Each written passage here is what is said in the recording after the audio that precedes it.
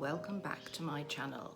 So it's been a while since I've just done a little chat, but today I thought I would just catch up with you about the issues that I have found with lockdown. Well, first of all, it's been full of online learning. I spend my days recording videos, typing, uploading, talking into the microphone or video camera for our online learning with the children. I've had to get my aging head around a new app which is called Seesaw that we use at school. I can respond to parents and they can respond to me. The downside is it's any time of the day. They can send their videos of themselves doing singing, joining in with my phonics videos, anything basically. And what did we do before YouTube? I learned to do origami fish. I made paper fan peacocks, paper plate dream catchers. I learned how to draw cartoon animals. I love cosmic yoga. Occasionally I join in and my colleagues have wondered what has happened to me. I jokingly call myself the new team IT advisor. I am a new woman. I've even learnt how to use an emoji app called Bitmoji, I think it's called, and because all teachers had to make an emoji of themselves to put into a little film to send to the children at the school. And then last week we had our first staff meeting via Zoom. Our second issue with lockdown is that days and time are just lost. Who knows what day of the week it is? We can have Sunday roasts on any day of the week. I do occasionally go to work to look after key workers' children. Otherwise, all my work is being done at home. But because you're working at home the whole time, you don't get that elated feeling of Friday, where you think, oh, thank goodness I've reached Friday, survived. And you don't get that dreaded Monday morning feeling either, because every day is just the same. No day is different. As for time, well, we might go shopping late in the evening because that's when the queues are less. I might get up, I might have my tea and breakfast and banana rather, first thing. Then I might have my fruit and yoghurt halfway through the morning. I might still be in my dressing gown at midday because who cares whether I'm dressed or not? And does it matter whether I have a complete breakfast first thing in the morning or whether I stagger my breakfast? I could have my lunch mid-afternoon. It doesn't matter.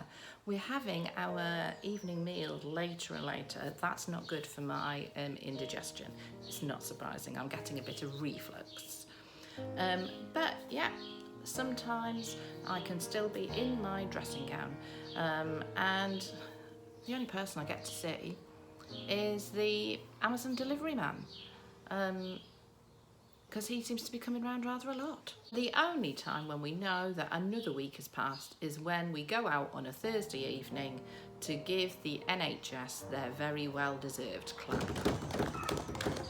Issue number 3 is rubbish and tidiness. They don't quite go together, do they? But first of all, my garden has had a big old clear out. The grass finally got cut. The beds finally got weeded. My son, who was stuck on a cruise ship and has been out there for 9 months on the cruise ship, finally came home. He is the one who's interested in the gardening. So he has helped to sort the garden out, and he's put grass seed down. We've got plants. It's all happening in the garden. But in the sideway, it's all happening. It's stacked pile high with rubbish. And, you know, I've got nowhere to take it. I know that the tips are finally opening, so I'm hoping I can persuade my husband to go. But my parents went and it took them 3 hours. So he's not terribly enthusiastic about going yet. Then we get to the house. So when this lockdown first started, I went round, with detoxing and antibacteria, the spray was out, I did every cupboard going, everything came out, the whole thing was spick and span. Son wanted to set up a gym in lockdown in the garage, but the garage was so full of things that you couldn't actually get into it. So husband decided, oh, I'll clear out the garage. So you can now get into the garage, but you can't get into our lounge because it's stacked high full of boxes that he is apparently wants to keep in case he sells things on and doesn't want to get rid of them. And so apparently they're going to go up to the roof or the attic or whatever you want to call it. But that's yet to happen. So all of these things have been in my lounge. So whilst one room is tidier, another is messier. Next one, you're either richer or you're poorer. That sounds a bit of a silly statement, but obviously, if you were somebody who liked going out, then suddenly you can't go out, so you don't spend any money. So suddenly you might find yourself, because you're not socialising, you're not going to the theatre, you're not going to the pub, so you're richer. But then you can be the other way. I've got a friend who feels like she has to look at Amazon and spend and buy something every single day. Her latest purchase was a grout pen for $5.99. She said it'll probably end up in the garage on the shelf with all the other things that she doesn't really need, but that she keeps on buying from Amazon. My son came home, and because he'd had a bit of money, we have had a massage chair, a diffuser, a full-size football goal, one of those deluxe hot chocolate whiskey things that has pattern shaker things that you can make. You name it, we've had it. I think that the Amazon delivery man probably thinks that we've won the lottery. We haven't. The next issue is that the alcohol box is overflowing. My husband's decision to only drink once a month has gone out of the window since lockdown has started. He now has back to drinking most evenings, and I do occasionally join him. And the bin men probably think that we've had a party or two because it wasn't quite that full before lockdown. Along with the alcohol, dieting, it's an impossibility during lockdown. You're constantly snacking or feeling hungry because you're bored, you don't know what else to do with yourself. We did in fact purchase new scales, but I'm too scared to get on them. I don't know that my head is ready to face the bad news that I know I'm going to get. Makeup, nails, hair. Who bothers? Unless you're worried that the Amazon man is going to turn up and you might ask to have your photo taken, in which case you might want to put a brush through your hair. My nails have not been done because it's down to my friend Sue, and without the gels on they are just so weak and rubbish. My hair was at that dilemma stage where the roots were coming through, and I had just started going to have it dyed and done professionally, and they had said that because I dyed it myself and I couldn't always see what I was doing, that my hair was a bit patchy. I left it for a few weeks, and then I decided I just needed to dye it, so they'll just have to cope with sorting out patchy hair when the hairdresser's finally out. The next thing is I've bought gloves. So yeah, Waitrose had some essential Waitrose 50 disposable night trail gloves for £5, so I purchased those. I haven't yet bought a mask. Let's move on to toilet rolls. So obviously when the lockdown happened, toilet rolls were an essential item that was quite tricky to get. Because we had our 2 online shops already ordered, and I'd already ordered toilet rolls, we did get toilet rolls, but they weren't the ones that I wanted. So they delivered Aria Essentials toilet tissue double length. well, Aria Essential double length, they're rubbish.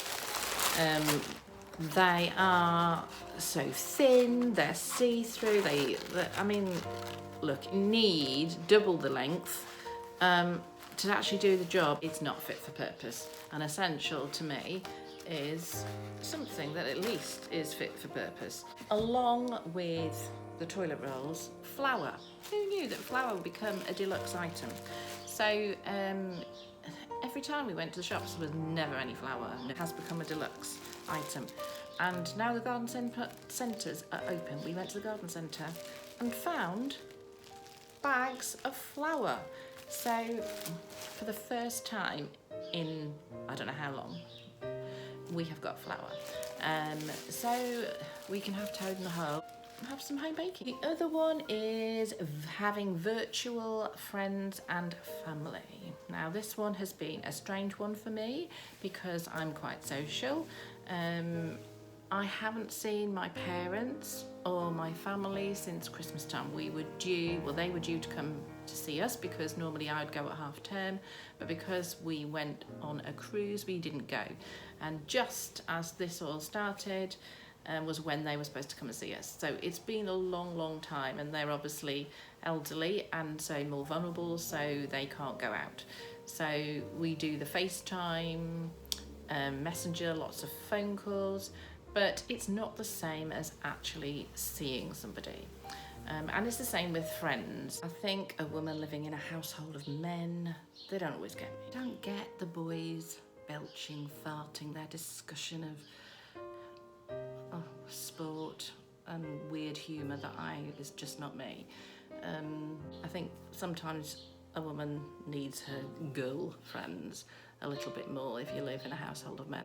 Sometimes I will just take myself off for a little walk when things have got too much, up to my little spot, sit there and watch the sun go down on my bench.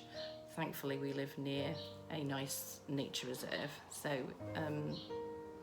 we are lucky from that point of view. We don't have our Tuesday night musical society, which I am used to doing. I've done a Tuesday night Zoom chit chat, musical chat, and an occasional quiz, but I'm rubbish at quizzes, so that's not something that I really put my hand up to go to. Thankfully, when it comes to the musical society one, my husband's there as well, so the one that we've done, he was able to answer most of the questions. My memory is appalling. Lockdown has also made me more emotional. I've had some tricky times. It's hard reading the news that's always worrying, and sort of worrying about family and friends as to whether they'll get the virus. My sister, who is handicapped, ended up in hospital. None of us can see her. I had to stop watching the news because I found that it was playing too much on my mind. Has it all been negative? No. I've had some nice chats with my family. My husband and I did start watching a programme each evening, although that has recently just stopped. Yeah, I wrote a book which he animated, so that was nice. I have read a little bit more because obviously we've got a bit more time, we're not going out. You can hear the birds sing, and I'm sure the sky is clearer, and it's just at least nice to have a nice garden. And I think you appreciate your family, friends, and the people that you've got in your life. Yeah, so that's the positives.